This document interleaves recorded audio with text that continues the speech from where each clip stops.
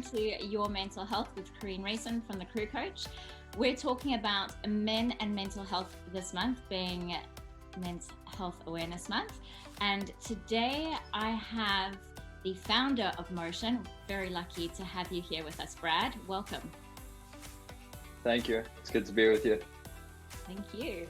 So we were talking the other day about community, and Brad has an incredible platform that focuses on a community, and community means a lot to Brad. It means a lot to me.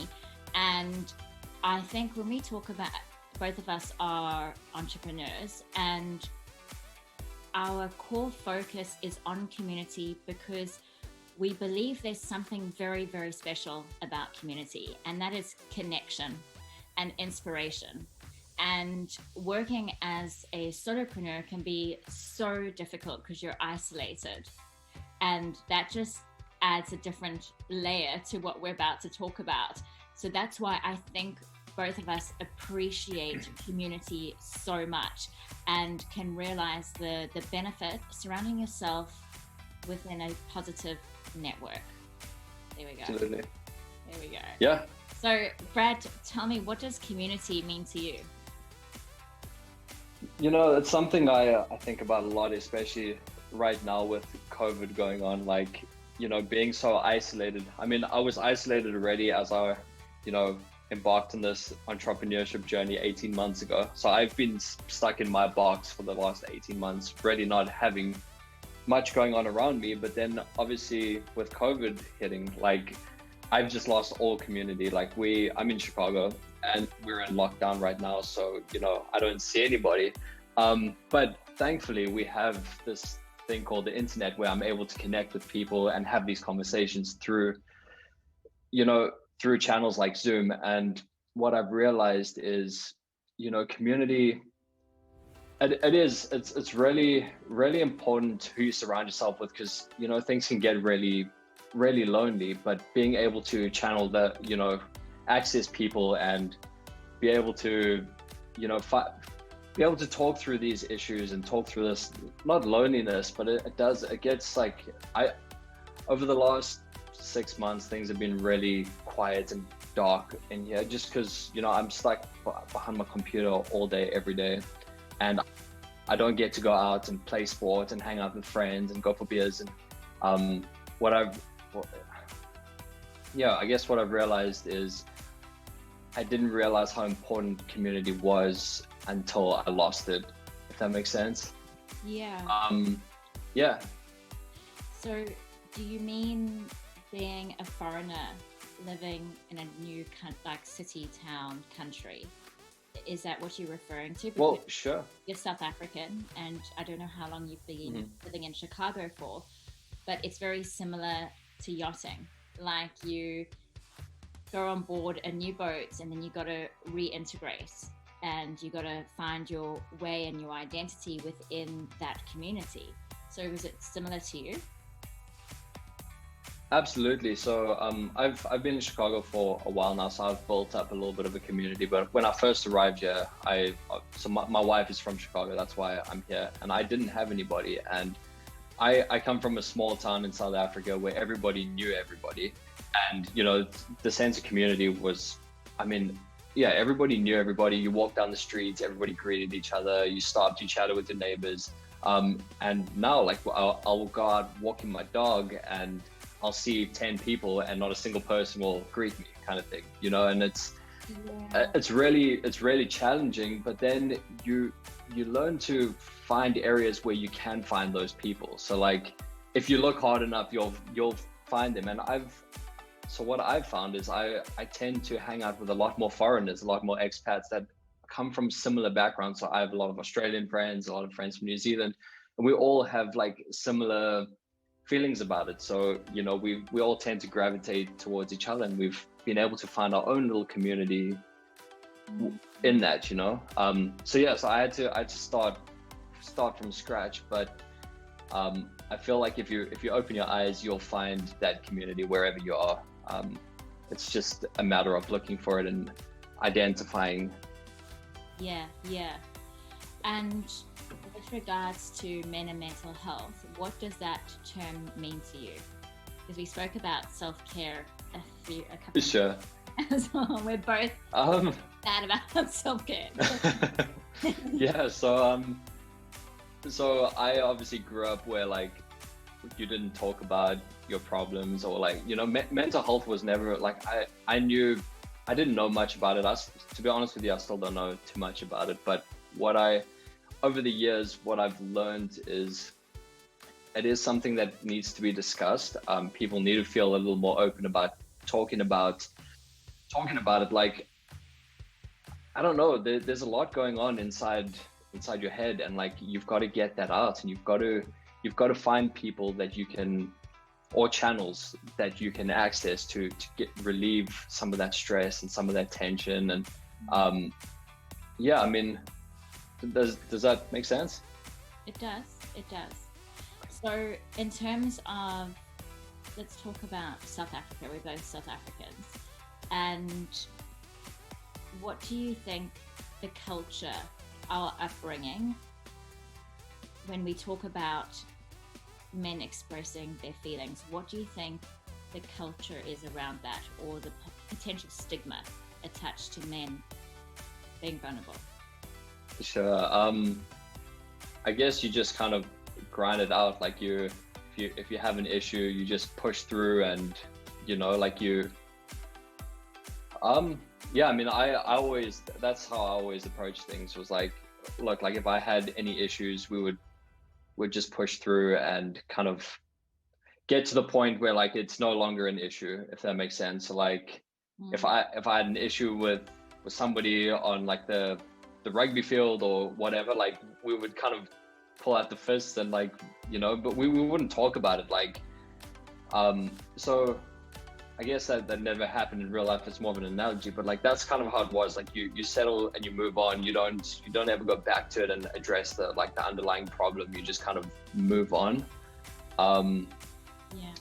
Yeah, and it's, I guess in the short term, like that's kind of the easy solution. But in the long run, like if you hold on to that, like it's never going to end well, because those little things, they accumulate over time, and eventually like that's where you see people breaking down, because they have all those minor issues that just never get resolved, right? Yeah.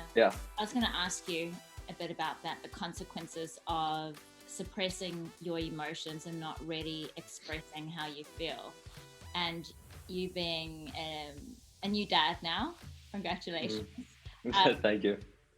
I think there's a lot more awareness of how we raise our children. So if you have, like, for example, your child, whether it's a girl or a boy that trips over and falls and starts crying, and you don't want to see them in pain, so you quickly pick them up. Don't worry about it, you'll be fine. And it's like, I'm hurting, I just want to cry. Let me cry. Yeah. And it's sure. From a young age that it's okay to feel hurt or pain. I know that's physical pain, but it's just being mindful the words that we use, whether it's with our children or with our team or with our partner, you know, not saying things like, just get over it, harden up, you're a big boy. Sure. Things like that we need to be very conscious of, and the impact on that, how that language can have on others. Yeah. Well, yeah, I mean, so it's good that you brought up my girl. Like I think about this a lot now. So like, you know, there is that balance, and we're about to go through sleep training, and the idea behind that is let her cry it out, because she's become dependent on us, that every time she cries we go rushing to her aid. And like there comes a point where she has to, you know, she's doing it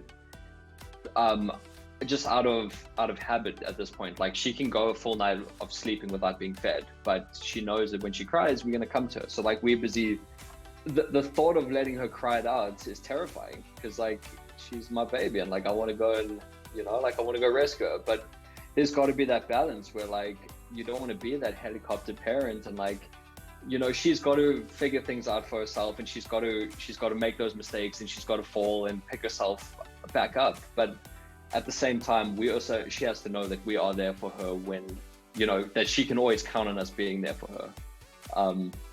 So yeah, so there is that balance of like, you know, you can't cry over everything, but you also have to know that there are people that have your back, and that if you are in a tough situation, there are people that you should be able to call on and rely on to help you get out of it. You don't have to do it yourself and just kind of bury it deeper and deeper and deeper, because at the end of the day, like, yeah, if you don't resolve the issue, and if you don't have that person that you can rely on and say, hey dude, I'm in trouble, I need your help, like it never ends well. So I've been fortunate enough to have people in my life, like my brother and I, we talk on a daily basis, and like he's almost like him and I, he lives in Florida, and we both have our challenges, but we always know that we can pick up the phone and say, hey, like, Warren, I'm struggling with this, can you help me? And I don't have a ton of people like that, but I have a few close friends and a few close family members that I know I can reach out to and kind of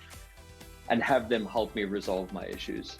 And I never always had that. Like, there was a point in time where I was like, you know what, I'm just gonna figure this out. I have, you know, like what are they going to think of me if I say, hey dude, like I'm struggling with this? Are they going to think I'm being weak, or am I being a girl, or whatever, you know? But yeah, this is so weird. I feel like you're reading my mind, because when I'm thinking about the next question, you're already like onto the next topic that I want to ask about. That's awesome. But what I wanted to say on that, what point did you go, I'm actually going to put aside all my fear around asking for help, and I'm actually going to reach out? So what was the breaking point for you to shift your thinking around asking for help? So it's a good question. And, you know, thinking about that, like I still struggle to ask for help, and often it's because there's a couple of things. So like I feel like I'm inconveniencing somebody if I ask them for help, because, you know, everybody's got their own shit to deal with. Excuse my language, but you know, everyone's struggling with their own thing. So why should I, like, how can I expect them to help me through my own problems when they got to deal with their own things? And then it's also like, what, I don't know the questions. Like, I just blurt it out and say, hey, this is what I'm struggling with. Like, how do you approach that, you know? And I don't know, I think, so I'm 30 now. Maybe when I was in like my mid-20s, there was a point where I was like, you know, I always had like this vision for my life, and I kind of knew where I wanted to be at certain stages in my life. And there were some areas where I maybe hadn't achieved what I wanted to achieve. And, you know, I started reading a lot of books, and a lot of the books, they help you think through like questions, or, you know, like they kind of guide you. And I realized, you know, some of these books maybe were giving me the answers, but I didn't really know, like they weren't answering all my questions. Because like a book is written for the masses, it's not written for the individual.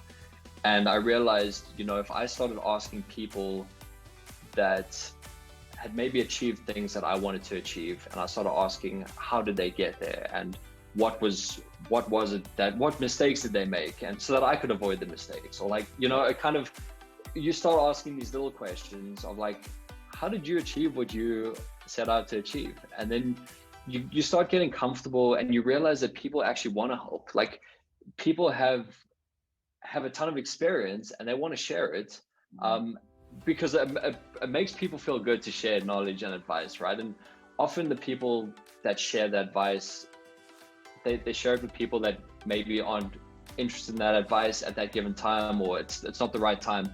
But what I realized is if you start asking people questions, that they love to share their experiences. Like, and I do it too. Like, I've made so many mistakes in my life that, like, when people ask me, hey, you know, I'm thinking about doing this, what are your thoughts? Because I've done it and I've achieved it. It's so awesome for me to be able to guide them in the right direction and say, look, you're going to run into these things, like avoid these mistakes. So when I started getting comfortable asking people for advice, just in like mostly in business areas, then I realized like personal advice was also something I could ask. You know, like all the answers are out there. Most things have been done before. So like you just got to figure out who the person is that you want to like who the role model is, and then be comfortable enough to ask them and, you know, share your issues and say, hey, you went through the same thing. How did you overcome this? Yes. I've got so much joy in my heart right now. It sounds so corny. Good. I mean, it's so true. And like, you know, I've heard so many people say what I've just said, and it sounds corny, like saying it, but it's so true at the end of the day. I mean, and maybe I'm naive, but I do believe that most people are good and just want to share, you know, like there are clear paths to success, and people that have discovered those and have achieved success, like talking about yachts. So like I've had the pleasure of meeting a lot of yacht owners who were willing to sit down and chat with me over, you know, like I've worked for some owners who would take the crew out to dinner and I'd sit next to them and share a glass of wine with them. And like, that's unheard of. But when you're sitting down with somebody like that and you say, hey, how did you get to this point where you can afford this yacht? Like, obviously you don't phrase it in that way, but like they want to share everything and they want to tell you like every little detail of how they got there. And, you know, you start to see like these similarities in, you know, it's the same formula, but people want to share their advice. And when you get comfortable being able to ask like a billionaire, how did you achieve this? Then like you realize that, you know, questions, you should be asking the questions. Any person you meet, you should be asking a question to them. And like, Totally. Yeah. Yeah. I think the key message here is don't dismiss the power of curiosity. Because Absolutely. when you're curious, all the fear dissipates. And I've been fortunate enough not to feel intimidated by wealth, intimidated by prisoners. I just was curious. I was like, I want to learn more. And you start developing connections and a good rapport with people when you do tap into that curiosity. Because as you said, people to share and impart because they feel heard and seen. And it's a basic human need. We all want to feel heard and seen. For sure. Yeah. And like on that though, one of the things I guess that also held me back from asking questions was like, I didn't want to come across as nosy. Like when I was younger, like we were always told, you know, like mind your own business. And, you know, especially when I was a kid and I was sitting at the table with grownups, like I was always told to be seen, not heard. And, you know, like there are people that ask questions for the wrong reasons and they are just being nosy and like, but there is a difference. And I didn't know that. Like, I didn't know that you could be curious and ask the question without coming across as nosy, you know? So like, I think that's something that I always had to overcome is like, you know, asking questions is okay as long as the intention behind the question is correct. If that makes sense. And another thing, because with my background in counseling psychology, what you're referring to there is a belief system. And so often we see that as our truth, our reality. So, for example, mind your own business. Then we internalize it and go, oh, it's wrong if I'm curious. Like me being nosy. When in fact, it's the complete opposite. But that's why it's so important to check out your belief systems with others and say to them like, oh, do you ever think this or experience this? Because this is how I think and feel when I've got this like intuition that's telling me that I want to ask something, but I feel like I can't because I feel like I'm being nosy. And that's when you start having those healthy discussions and you can start debunking those faulty belief systems and create new ones that serve you rather than not. Right. Yeah. Sure.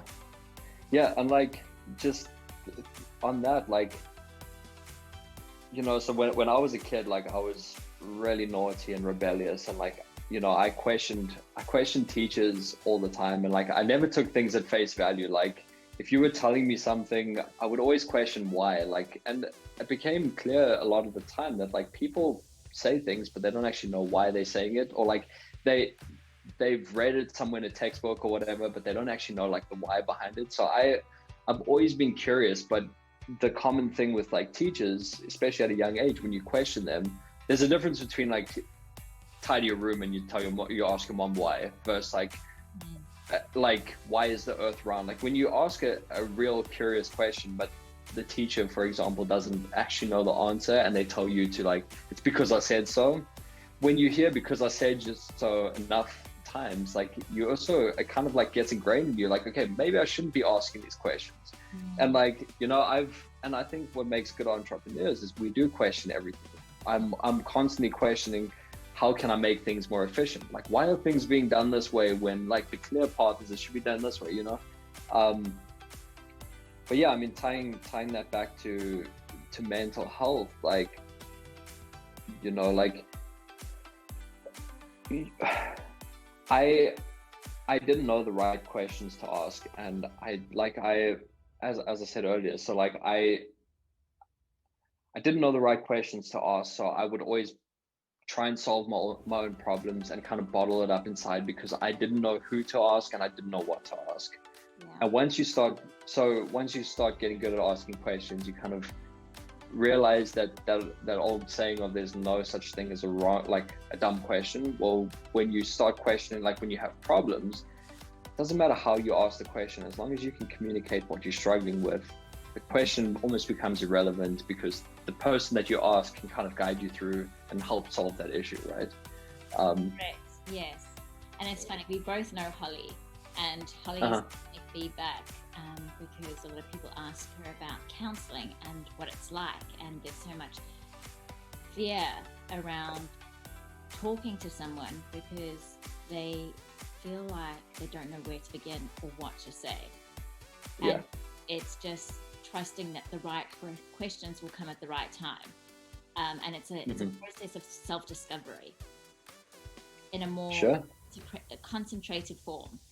So you can go through life trying to figure out these answers yourself, and you might meander and take your time getting there. Whereas therapy, you're definitely curious because you want to learn more and why you are the way you are. And I was like that as a little girl. I was like, there has to be a meaning behind this. There's a connection, and I'd unpack it. Sure. I find it so fascinating, human behavior.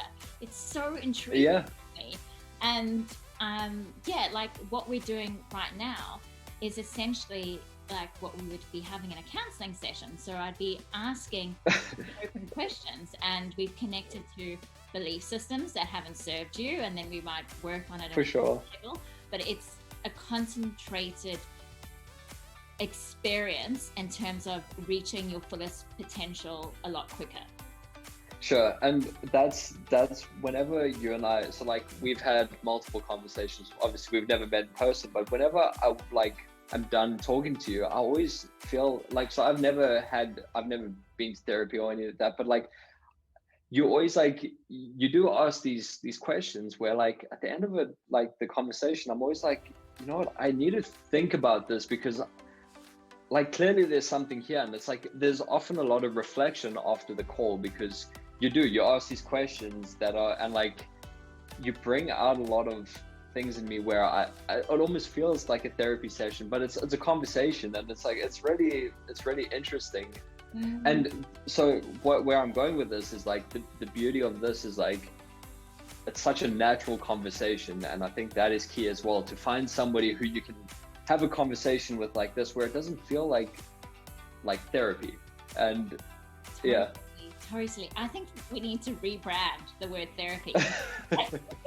For sure.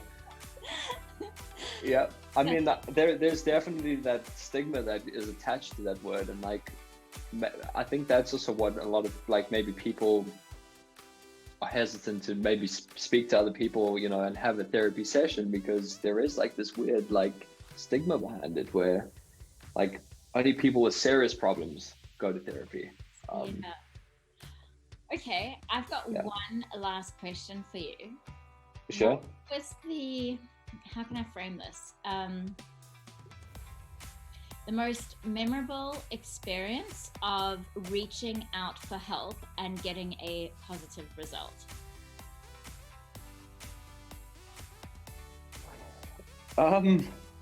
This is kind of like, I don't know if this is answering the question, but this is what the first thing. So I met my wife through reaching out. So I was coming to work at a summer camp in the States, and my sister was coming to be a nanny at the same camp, but she was going to work for the director. And she had never been abroad by herself before. So she said, can I come with her 2 weeks early? And I had no money, so I was kind of banking on arriving at this camp and then having accommodation and obviously food and lodge and all that, and then getting paid. So I agreed to come with her 2 weeks before, and I had nowhere to stay. So I reached out to my now wife, and I said I was friends with some of her friends, and I reached out to a bunch of people, and they couldn't accommodate me, and they were like, oh, reach out to Alex, she's like got this really cool house, really cool family, like they'll take you in. So I reached out to her, and obviously the rest is history. So it was a thing where I had reached out to a stranger, just knowing that she was a good person, and my chances of actually finding accommodation would be higher. And like 10 years later, we married and have a kid. So like that was a thing of me taking a leap of faith and reaching out for help, and so I don't know if that answers your question, but that was the first thing that came to my mind. It does, because that must have been really tough in terms of like saying, hey, don't have any money, I can provide for myself, can you help me? Well, it's the height of vulnerability right there. Yeah, I mean, it literally was that, because like I had worked at a camp a year prior in Texas, and somebody got fired at this camp in Michigan. So I did like a 3-week like freelance gig at this camp that my brother worked at. So I'd met Alex like a year before, but I'd met a few other people, and during that time they were all still in college, and the school that she was at was done early. So that's why I reached out to her. And yeah, it was super awkward. I mean, first of all, like I'm a guy, she's a girl, like why am I reaching out to her?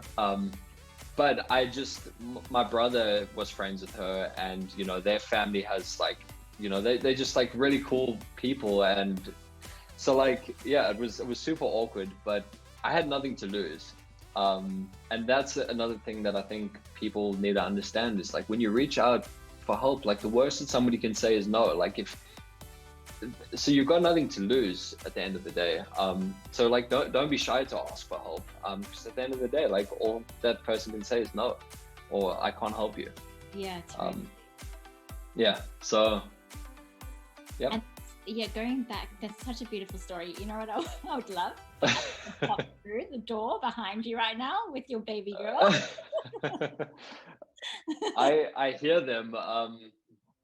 I don't know if you can hear, Emerson just started crying, so she's obviously awake now. But yeah. Yeah, maybe next time. Yeah, maybe round 2, I'll text and say, okay, get ready. You should pop in. That would be so lovely, so lovely. Yeah. And that's the other thing that you're touching on is the fear of rejection, and how that can create a lot of anxiety, which is a mental health issue. And being an entrepreneur, you've got to really be courageous, because you are going to get rejected, but that's part of the process. And that's why I love that story about the KFC guy who tried to sell his chicken sauce and went to like thousands of homes and got rejected, and then he was like a multi-millionaire by the time. For sure. Yeah. I mean, I think he only sold his recipe at like the age of 60 or something, or 70, like some crazy, but it's so true. Like you just need that one yes. I mean, like I hear no's every day. It's part of the game. But when you ask enough times, like you're bound to get a yes at some point. So yeah, persistence, especially as an entrepreneur, I think it's the most like undervalued characteristics. But persistence, yeah. And consistent. I know this conversation's gone all over the place, but it's been fun.